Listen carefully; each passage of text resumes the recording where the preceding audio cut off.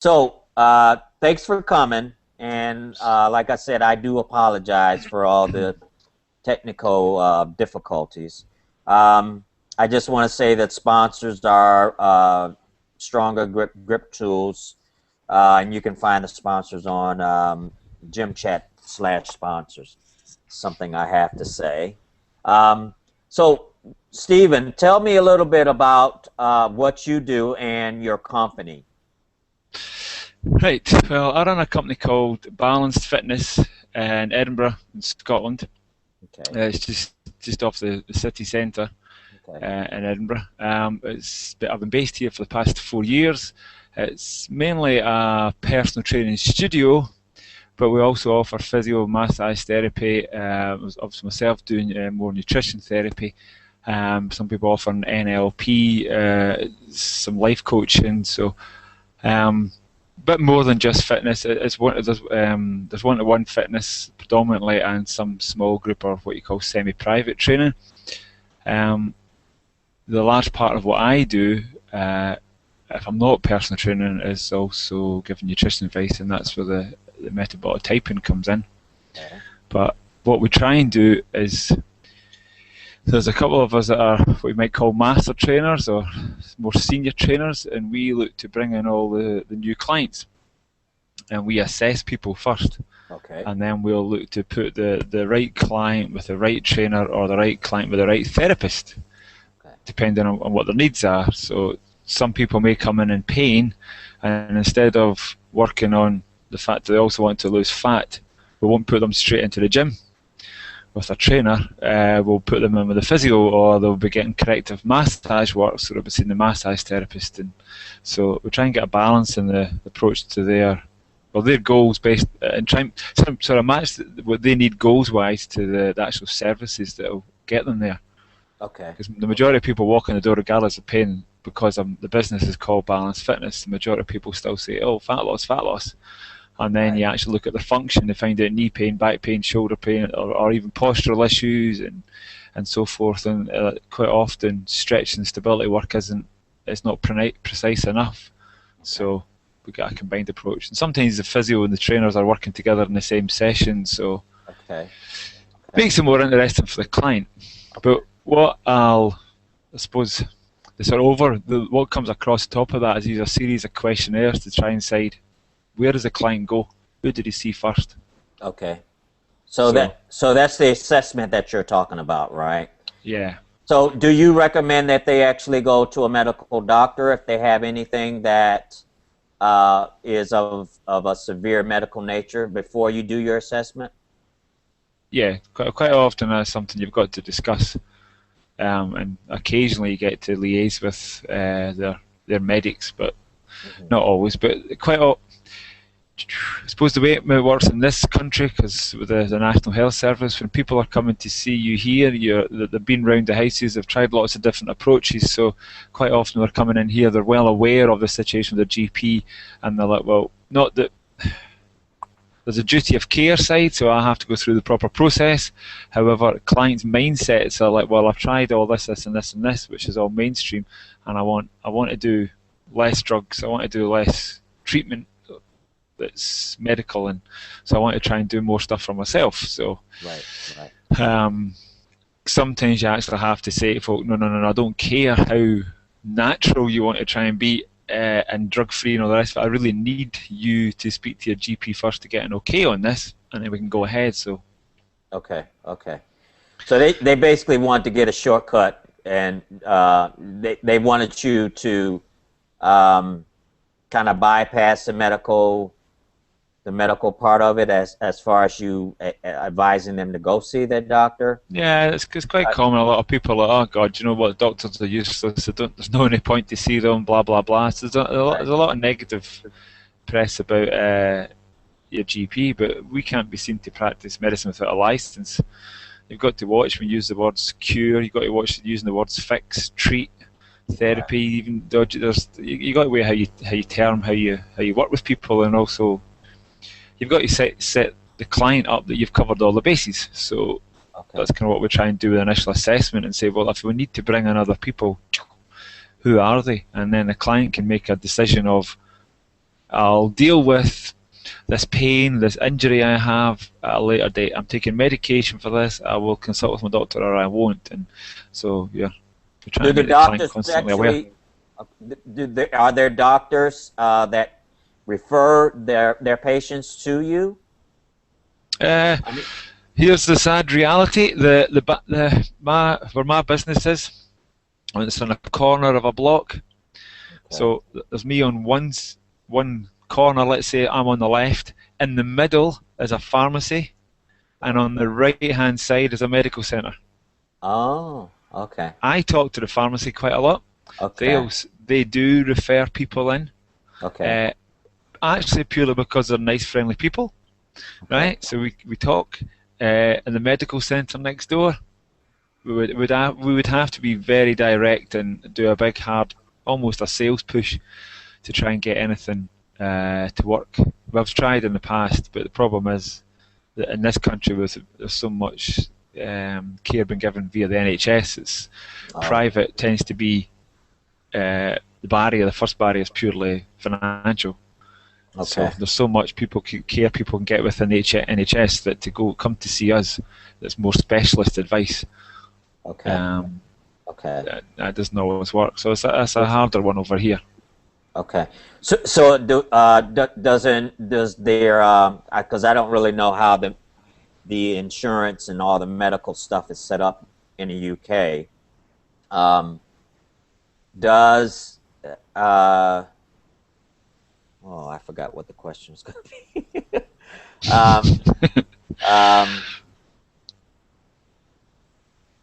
We don't get much insurance over here. It doesn't work. But if you've got a cold tomorrow morning and you want antibiotics, you just walk down the road to your doctors, and they see you and they give you antibiotics, and you walk. Depending on your financial circumstances, you may pay several dollars for it, or you may get it free. Okay, but I think we're talking several dollars. We're talking what would it be conversion-wise? $8-10 tops, and you're away you go, and that's a kind of. Okay, I think that's what I was. The question was the insurance, as far as what do they have insurance companies that actually cover that based on their medical diagnosis? Like for instance, if somebody had athletic injury and they went to see a physician or a chiropractor like next door or near your place, and they have insurance just because of their medical condition, would their insurance actually cover the services that you would provide there? Some of them, not with the medical centre next door. That's all the NHS. None of that's insurance based. They're in different places. There's a lot of restrictions on that. They're cutting it all down.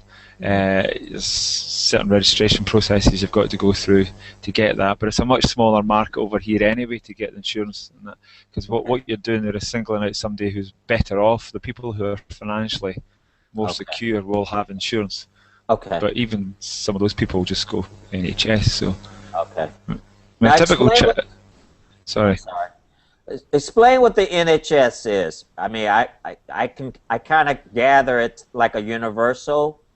Yeah, it's it's free for all at the point of entry or whatever it is. So you walk up at the front door with your leg hanging off, life-threatening cancer, emergency medical conditions as well as chronic, and you will be taken care of within what's called the NHS.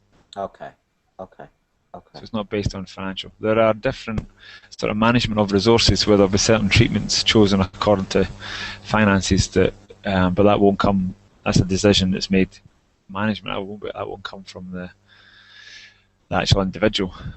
Okay. Okay.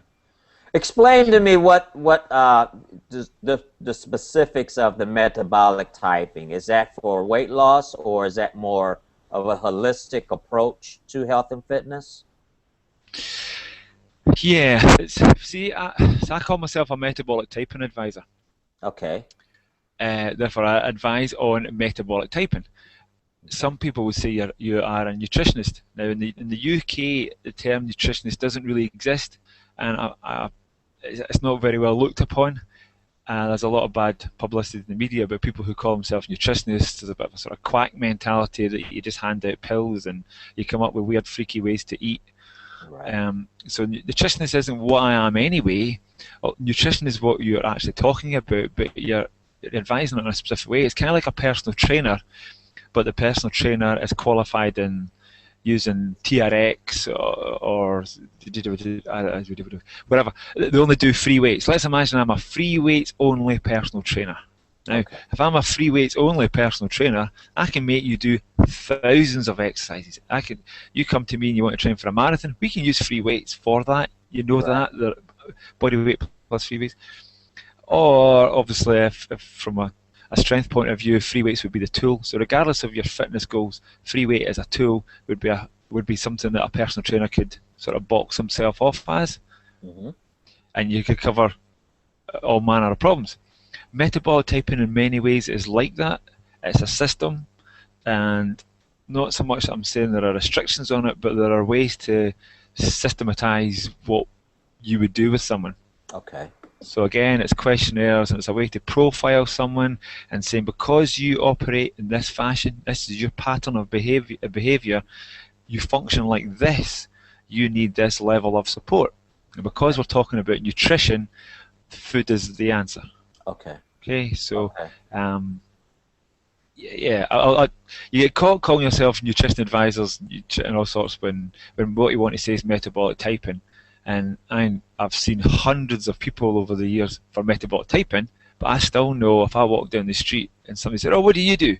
and I did my elevator pitch, I'd say, "Oh, I'm a metabolic typing advisor," and they would go, "Hello, what's that then? Does that mean you take blood tests or whatever?" I'm saying, no, I do actually, but not for metabolic typing specifically. So not to establish someone's metabolic type. So it's really a way to profile people, get their characteristics, get how they function, and then look to support and strengthen strengths and weaknesses within that. Okay.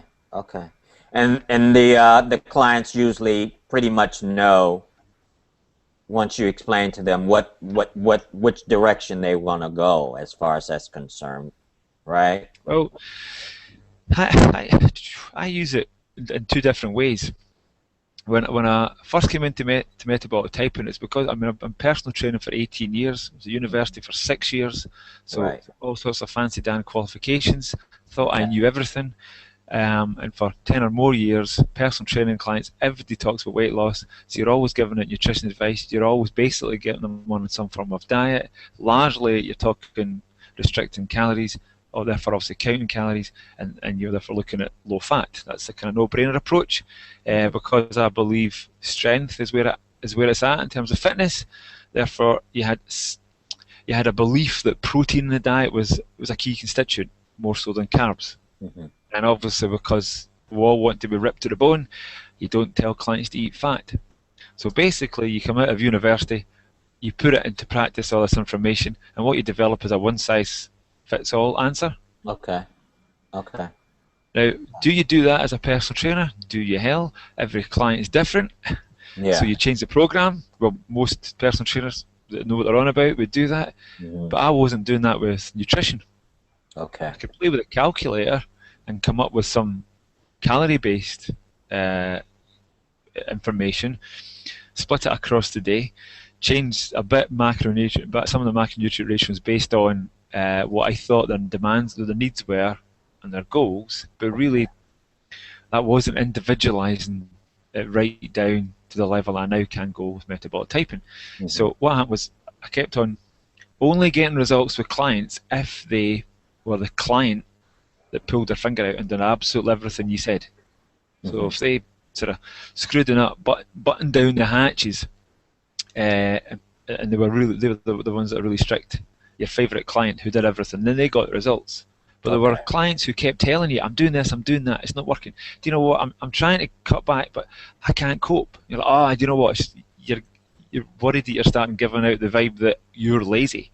Do you know? You're not trying hard enough." And the client could be, "Well, do you know what? This training's not working because I can't keep up and I can't follow your diet advice." Like, well, And in training terms, I take the approach, it's not the client's fault they can't do a lunge properly or they can't squat It's my fault. I need to train them properly. I need to find their weaknesses and fix that and help them get where I want them to go. So if I scream at them, they ain't going to magically squat. I can't pay them to squat. I can't offer them free sessions and they'll magically squat if there's issues with ankle mobility or whatever, right? So when I came across metabolic typing, I thought it was a bit of quackery, because I was obviously brainwashed into the... I suppose it's a bit like the whole idea of the NHS is when you've got a cold, you go see a doctor and you get antibiotics. So if you want to lose fat, you go out for a run. If you want to lose fat and how do you eat for that, then you would just stop eating, more or less. You'd cut calories in some fashion. Right. So that one size fits all approach. So metabolic typing came into my world, and that came in via the Paul Chek courses I was doing. Oh yeah, Paul Chek, yeah. Yeah. So all that idea of individualised, I thought you can individualise a diet. Well, that's what I'm doing. I'm worrying about their metabolic rates, and I was like, do you know what? I'm actually not doing that. So the big thing, I've had a lot of courses, but you don't really get that from university. But I did get that in courses that I've done in this sort of fitness world. Is you actually have to walk the talk, or walk the walk, whatever. You've actually got to go out and do it. If you want to know what 10 sets of 10 squats are like, you're doing volume training, you better get your backside out there, do that, and then you'll have a greater empathy with the client and so forth. So with metabolic typing, I had to investigate, obviously, the theory to convince myself, but what really made it work is I actually typed myself and started following the diet. Okay. When I say diet, what I meant was I just changed the foods I was eating. Because as it happened, I need to change the foods I was eating. So by making those changes, I started to see changes in myself. So I was like, I became a believer. So I'm not quite evangelical, but you can get carried away with yourself sometimes. But definitely, I've seen the proof in the pudding personally. But I'm only one person. Luckily, over the years, when I've got, let's say, sometimes weeks are as busy as you can have 40 client hours a week. That's a lot of clients to play with. That's a lot of road testing you can do. So I bit by bit, and once obviously getting qualified, I bit by bit started to bring people on into that. Some people I was doing it a wee bit at a time, feed them the information to get the head round the idea that broccoli might not be right for them. And if they're eating lettuce and tomatoes, maybe they should have it with chicken leg, or maybe steak, but they have steak, they have it with tomatoes and not mushrooms, and these kind of wee things. To move them along from where they had been thinking. And other people were like, who are all or nothing people, were saying, do you know what, I'm going to throw everything out, all my supplements, I'll go and buy food wherever you tell me to go, and I'm going to start tomorrow. And so they were the people that you went hammer and tongs with metabolic typing and say, well, here are the foods to eat, here are the foods to restrict, go away, work at it, give me the feedback, and you actually start almost personal training them or coaching them on their diet. And you get week to week reports. What I look for from my client is not just them coming back in and saying, here's my workouts I've done so many sets, reps, the recoveries, the tempos, all that stuff. This is what I've actually done with my diet. Here's what I ate when. And see, when I added some butter to that chicken, that was it. I'm sorted. Do you know what? See, when I added that butter to that chicken, that's where I went wrong. When I took the starchy carbs out, I kept adding more and more fat. It wasn't working. I was adding more protein. It wasn't working. I took the starchy carbs out. I'm supposed to take starchy carbs out. I don't want to be eating high glycemic or high glycemic carbs, as most of us think. You want to avoid the high GI stuff. But when they added in one simple carrot, happy days, that balanced them out. But when they tried that at lunch or dinner, they didn't get that. And that's like a client saying, you've only got slots to see me at 6 o'clock in the morning, and you want me to lift heavy. I can't do that at 6 o'clock in the morning, but I can do it at 6 o'clock at night. So that's called circadian. I mean, that's just circadian rhythm, and everybody's got differences. But as you start to work with it, not just the theory, but real people, there's so many. The differences are endless. So that's what sold me. The differences, I suppose. The differences in people and how metabolic typing allows you to cater for that. Does that make sense? Yeah, it makes sense. Is it a fairly new field as far as the health and fitness industry is concerned? Because Yeah, I myself, I heard it actually. I heard it on Dr. Oz because he actually had did some. I don't think he did any tests, but he had mentioned it and somewhat what it involved. Um, so that's when I started hearing about it, and then when I saw your web page, I was like, oh wow! So he does this on a regular basis.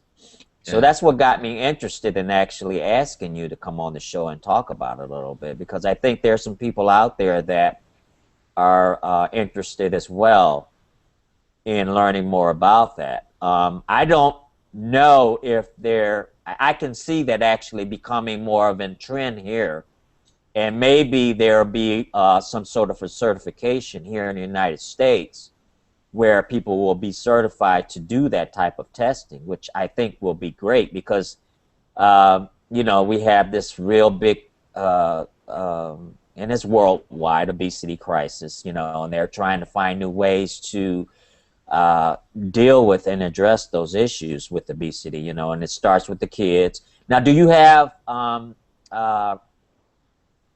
kids come through or just adults?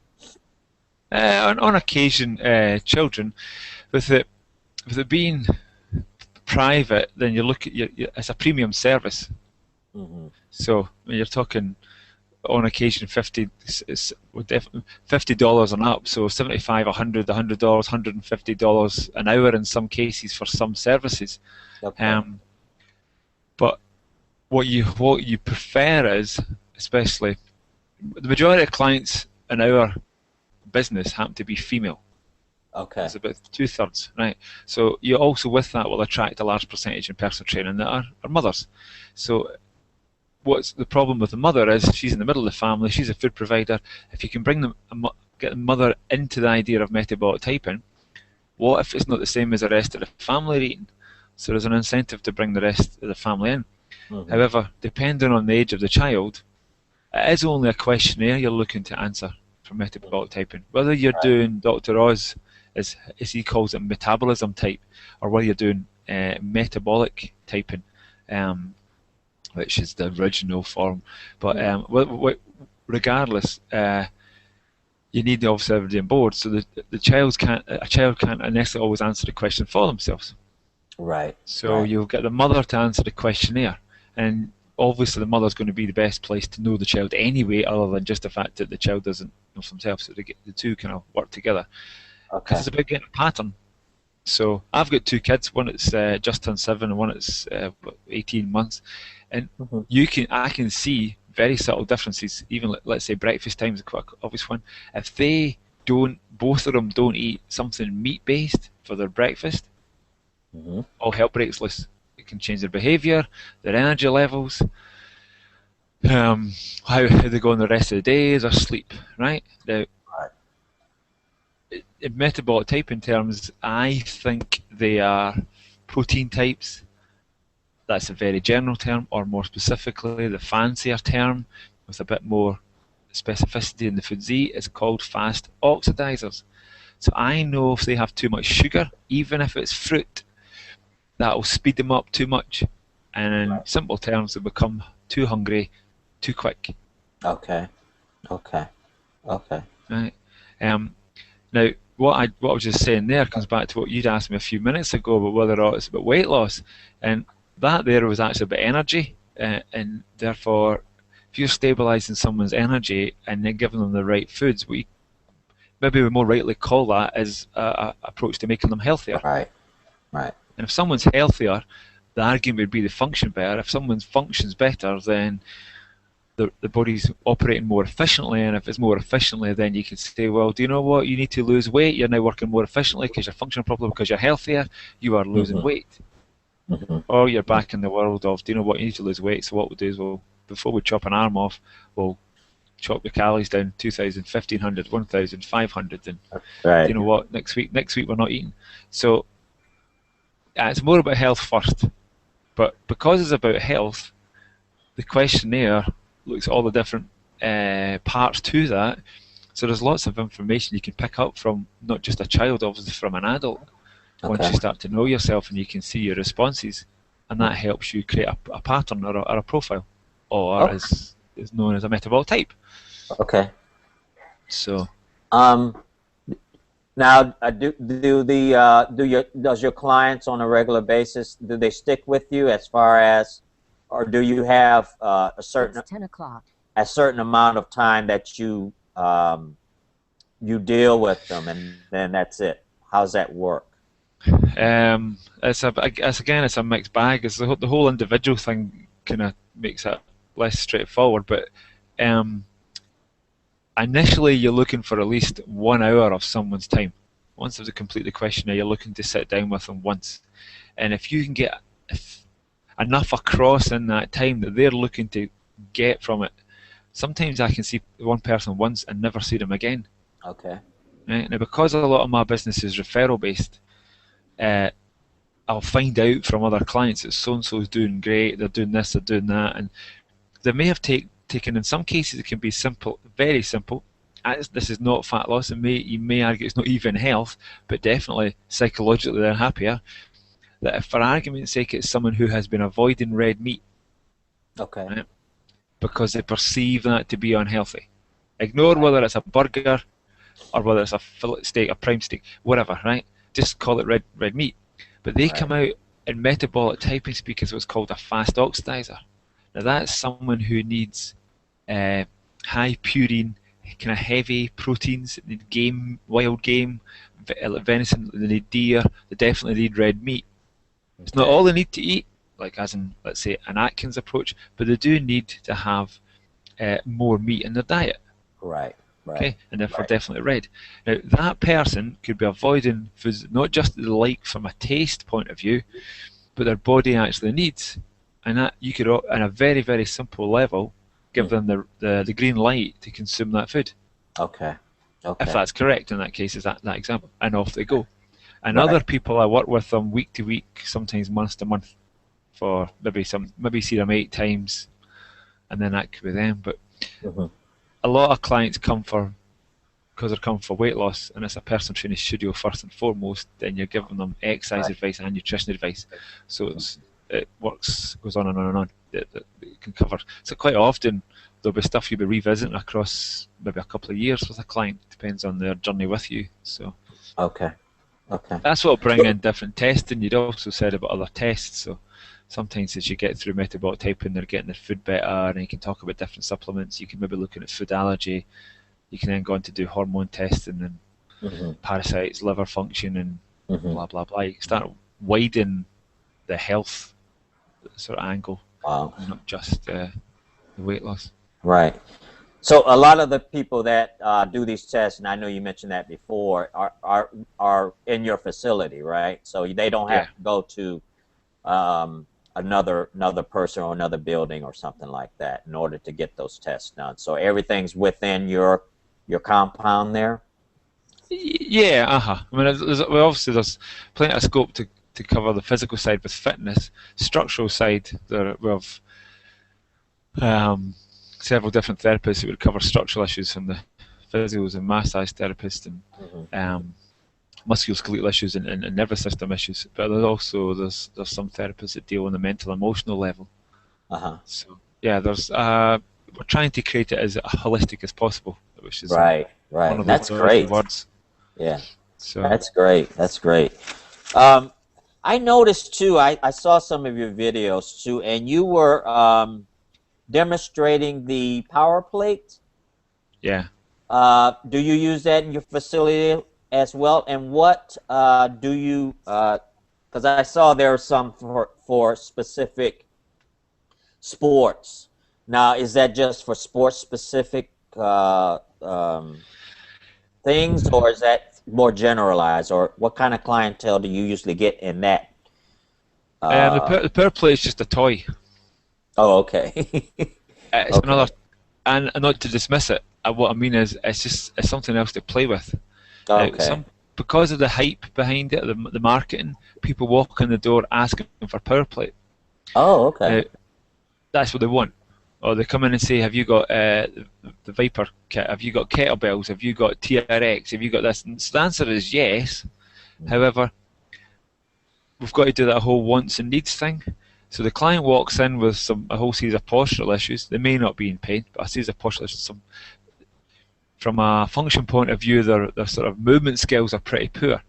You're not going to be getting them doing very many kettle swings initially until you're working on ankle mobility, pelvic stability, so forth, right?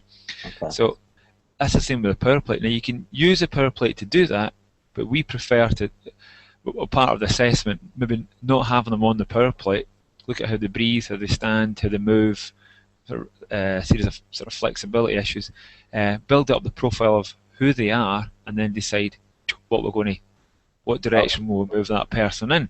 Okay. From a more corrective towards a more strengthening approach. So the power plate can be that tool.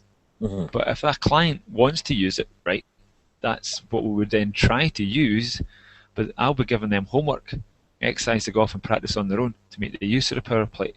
Okay. And what you just use it as almost just a platform to put someone and work the exercises from that you probably do quite often on the floor anyway. Okay. And then you can start adding kettlebells or Swiss balls, or you're adding free weights to the power plate. But most commonly you're using the power plate as a standalone tool. Maybe it's flexibility, stability related exercises. Okay. Or you're bringing it into someone's more general workout where there's a circuit and they're using cables and bands and lunges on the power plate and that kind of stuff. So it's another toy. It's another tool. I don't think it's magical, but in the wrong hands, there's nothing worse than seeing someone standing and holding the handle and slumping over top of the power plate and pressing the buttons to their heart's content. So they can do that somewhere else. So we don't let people do that here. Okay. And you wouldn't let somebody fling a kettlebell about with some hideous posture or hideous forms. So it doesn't really matter so much what the client's wanting. You've got to try and get them through what they need to. Okay. Kind of get going. So sometimes power plates. I like the power plate, but sometimes can make the business appear to be less serious because the power plate is associated with scantily clad females standing on a power plate doing nothing. Right. And so when you're showing people around, we've got this, got that. Oh, there's that power plate. That's the thing you just stand on, isn't it? And I'm like, you are so wrong. You will not be just standing on it. Right. Right. So explain how that actually works. I mean, on a general level, when a person actually starts to use it. Well, the theory would be the vibration adds load to the limbs, the joints, the part of your body that you place across it. So if you put your foot on it, it will activate the muscles in direct contact with the plate. Okay. Now there's the argument whether or not that's voluntary or involuntary, and whether or not you've got control over that. However, personal experience plus absolutely working through it with clients, there is definitely work being done. Okay. All you have to do is then work out the right load, so pressing the right buttons, but getting the client using leverage to be in the right postures to sustain the position or to be moving in and out of the position. And then then the vibration is just whether or not is it like having a 5 kilo dumbbell or a 100 kilo bar or loaded bar, whatever. Okay. For that client, so. Okay. So it has the same effect, so to speak. No, I think you would be sold that it's got the same effects. I don't think it's the same effects. I think it's another form of way to work the muscles. It's a different modality. It's a different way to load them up. Kind of like there's an argument for whether or not you would use bands or whether you'd use cables or whether you'd use kettlebells. How the muscles react against gravity with those external loads are all different. So they have a place. So I think too many people just use the power plate, and they just use the power, and that's it. So I think that's very limited. Okay. Okay. You also do allergy testing there as well. Yeah. Once you've done metabolic typing, is giving you that sort of a framework of the foods to eat. these are the ones to the right foods. This is what you're, not so much you're allowed as in like a school teaching mentality, but these are the foods that you should be building your diet around. And there are some restrictions on that based on your metabolic type. However, you want to take that to a further level, you're looking to restrict your foods further. Now, I use that as what's called a blocking factor. Okay. So you appear to be eating the right foods for your metabolic type. We're fine-tuning it as hard as we can. We're working on it. We're getting the diet check record sheets back. We're getting good responses and some bad. It's not clear exactly what's going on in some situations. That could make a case for further investigation and doing food allergy testing to look to restrict and dial it in even further. Now, some people come the other way around and say, well, do you know what? I don't want to do metabolic typing. It's too subjective. I want to do a blood test or a saliva test. I want to do something that's real, that's medical and scientific and all that kind of stuff, hard and fast, and I want to do a blood test. And you let them do a food allergy test and it comes back with chicken and wheat, for argument's sake. Right. Every health professional at the moment will be screaming, don't eat grains and watch out for wheat and gluten and all that. Everybody talks about it, right? Right. So if that comes back, that's a no-brainer, and the client's like, right, I'm several $100s down or whatever. I knew that anyway, so I've been avoiding it. Fair enough, that's good, I now really know that, but you knew it anyway. Right. And chicken, oh my God, what am I going to do about chicken? Because chicken's all I eat, that's the meat I eat, and I don't want to eat steak, I don't want red meat because that's fatty, blah, blah, blah. So all you've done is given them some heartache because you've restricted some of their foods for them. They might then decide not to even believe you and go and eat those foods anyway. So what I do is create a case for why you would add this test. Why we're then going to test this and test that. So you build it up in layers. So once you've got the framework for metabolic typing of these are the foods to eat, how do we fine tune it? You add in food allergy. So we've got that in. Why are you reactive to that food in the first place? That's the next stage. Oh, well, because there's stress within the system, there'll be inflammation within that response to the stress. The inflammation will indicate that there's damage being done within the body that's needing repair. Now that damage process, how the body's fighting that to help itself recover, that's when you're in a phase of, let's say, creating a food reactivity. Okay. Now, in time as the body heals itself, that chicken and wheat issue, wheat's a bad example for that, the chicken example, you may be able to reintroduce that to your diet in 3 months, 6 months, 9 months' time. Okay. As you start to basically clean your diet up, look after yourself better, do some repair, get yourself in a better place, you could reintroduce that food. Okay. Because of the genetic component to it and how ubiquitous gluten or wheat is in your diet, that may mean wheat doesn't come back in, but there are many other foods. And if you want a balanced diet, you've got to eat lots of foods. Right. There's plenty of evidence to show that people, if you look at clients' diets before you do anything with them, they're pretty much telling you the same foods. I eat chicken. At lunchtime I have this chicken salad. How long have you had that? Oh, for the past 12 years. Right, great. So basically you don't have a balanced diet. You have the same food and you have it all the time. Right. So if I jump in and restrict people's food first of all, then they say, what do I eat? And I'll say, oh, well, everything else then. So I would rather find out what foods to eat and then fine tune it from there. Right. Yeah, and that's the whole crux of being on a balanced diet, because it actually, provides a lot of different nutrients and vitamins that a person needs on a daily basis, of course. Well, it's just, I think this is great, man. I really am impressed with what you guys do there. Let's see if there's anything we need to go over.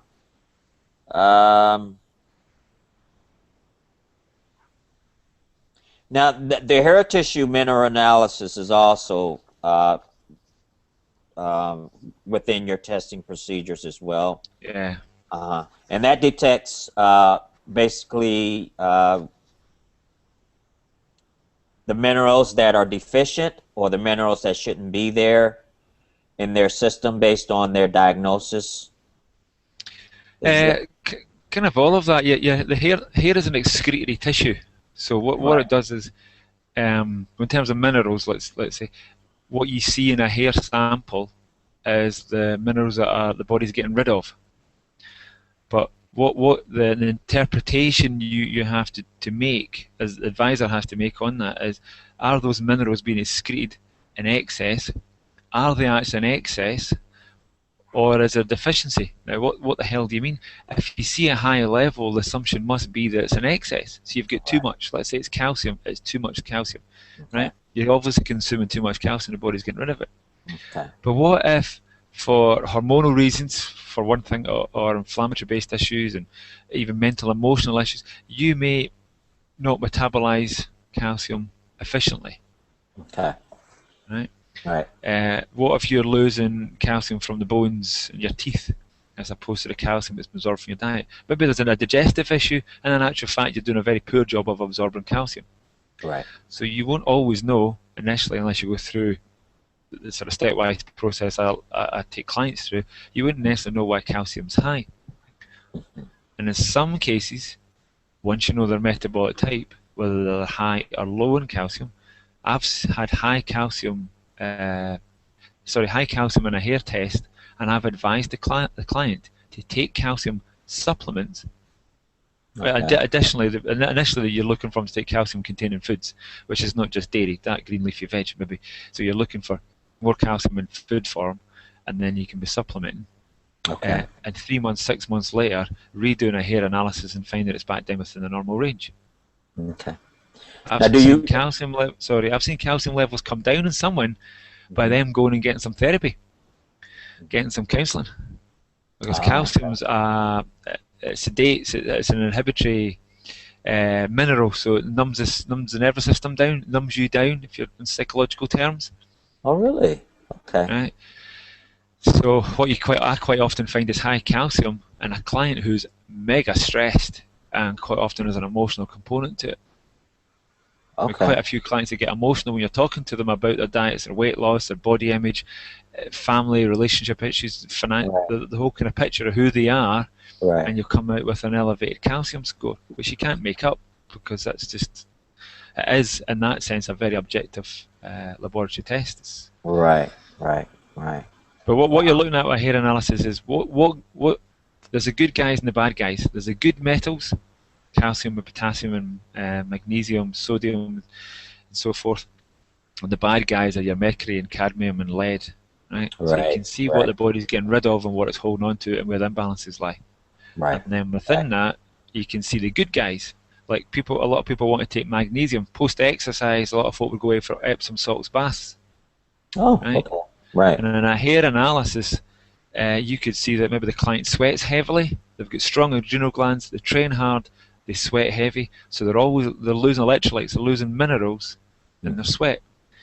They may, regardless of whatever sports drink they're knocking back, they may not be bringing in enough to compensate, to give them the capacity to cope with their lifestyle, with the stress of their workouts, and how efficient they are at sweating. So you could see a low magnesium level in a hair analysis and look to supplement. But if there's an imbalance between that magnesium and the calcium, just giving the magnesium will not be the fix.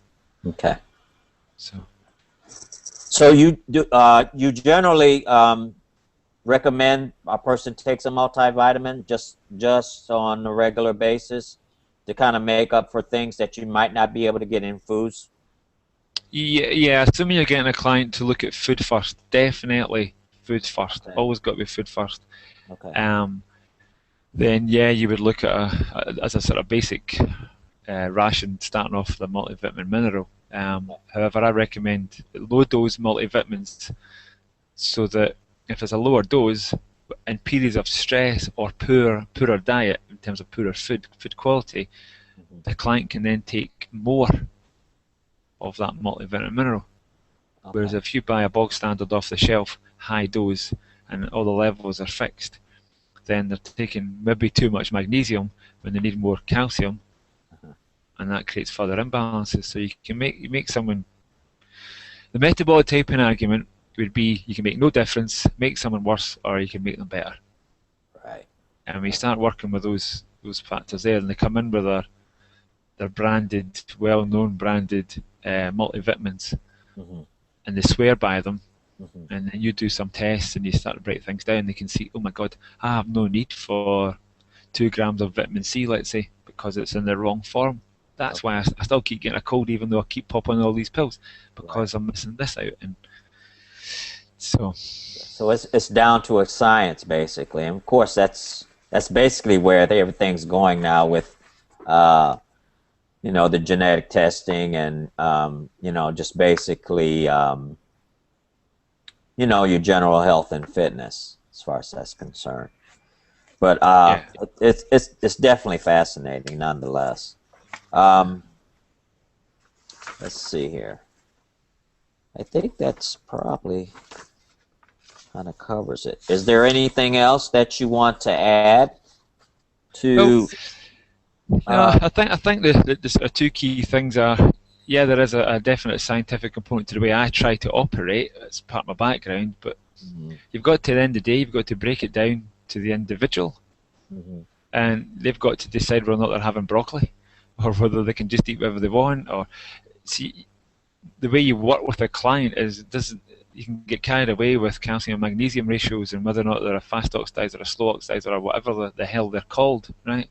What really matters is, did they have bacon and eggs for breakfast, or did they have a bowl of cornflakes, or they're having a banana mid-morning, or they're having 4 chicken breasts, and that kind of stuff is what you've got to talk to them about what's in their fridge, what's in their cupboards, what have they got hidden in their car, what have they got in their sports bags, and all that kind of stuff.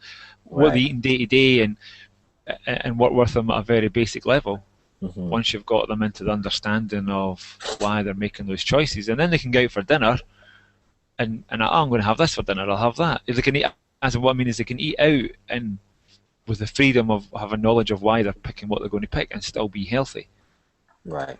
So you do that, and then I suppose my last point would be the fact that therefore brings you back around to the fact that everybody's different. So definitely with metabolic typing has allowed me to talk to people individually. Okay. About their food. Are you going into, like, for instance, into like work sites?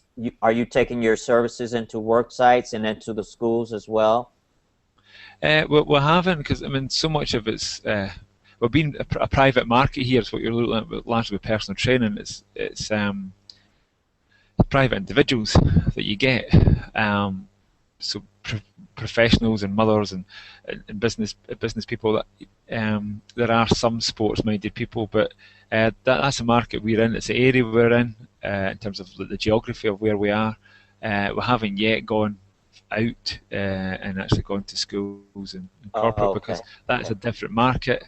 We may investigate that in the future, but we're quite busy with the sort of one-on-one. And the fact that there are so many people that have been round the houses and tried so many different approaches, that it helps us that we can be seen as not necessarily the last resort, but people have got a system in place to try and work through the fact that they've tried 20 years of, they've been around the whole of Edinburgh trying this person, that person, this person, that person. So that's a different market. But it'd be great to do that. However, when a lot of it is private individuals and therefore a lot of it's based one-to-one, you would need to also take groups on, and then there's issues within the business of how you create the time to do that. Because clients go on quite a long journey, and you retain quite a lot of clients for a number of years, because quite a lot you could work through. So right. Yeah. So most of your clientele are probably women, I would gather, right?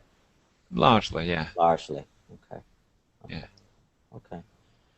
Well, I guess we'll wrap this up. And I again want to apologize for all the technical difficulties and problems that we encountered in the first 30 minutes of the broadcast. Well, you've seen my website, so yeah, I know about technical difficulties. Have you remedied that situation? Do you know what? Well, apparently they're doing it worldwide to hundreds, thousands of websites. The web hosting company are working with their security systems, are getting pulled apart to figure out how they managed to hack in. Okay. I think they've found the file, but they don't know how they've done it, and I'm just waiting. I keep refreshing the page, hoping it's just going to have disappeared. So yeah, I'm going to post your link. are on our page, and I guess the people that are interested will have to just check back. Do you have a timeline as far as that's concerned when they could check back? And Well, I phoned today to the UK company, and their parent companies in the US and States. So they were working on it this afternoon. So okay, it was just a as soon as possible job. okay, okay. It Yeah, I'm made it sorry sound that. like it was going to be soon, but Okay. Yeah, I'm sorry that happened to you. That was kind of a shock because I went back to your site today. I was like, I was going to go over some more points, and I was like, oh my God, we just got hacked. Oh, that sucks, man. yeah, um, okay, let's see. I think that's about it. Well, what's going to happen is that this video, I have 3 viewers, so people are watching it now. Now it's going to be streamed and archived on Google Plus and also to my YouTube channel.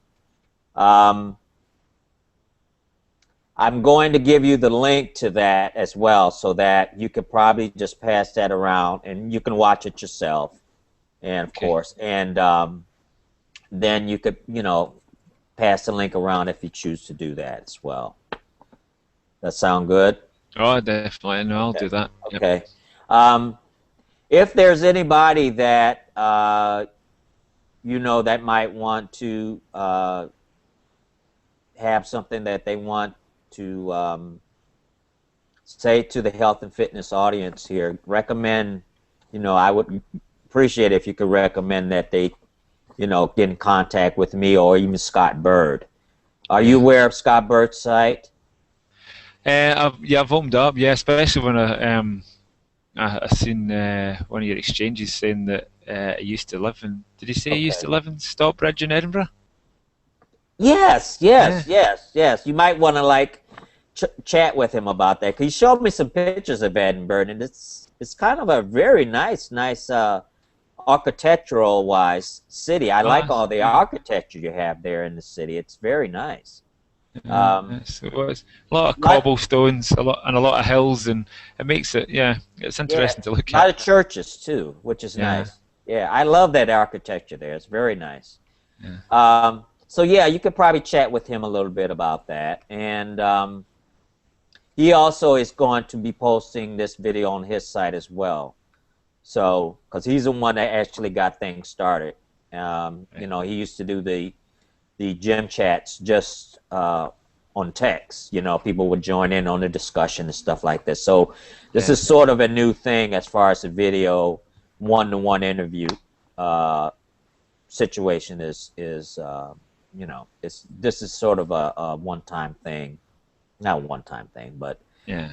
it's sort of a work in progress, so to speak. And we're working on trying to get all the quirks and stuff. Now, we might be moving it to maybe towards the weekend.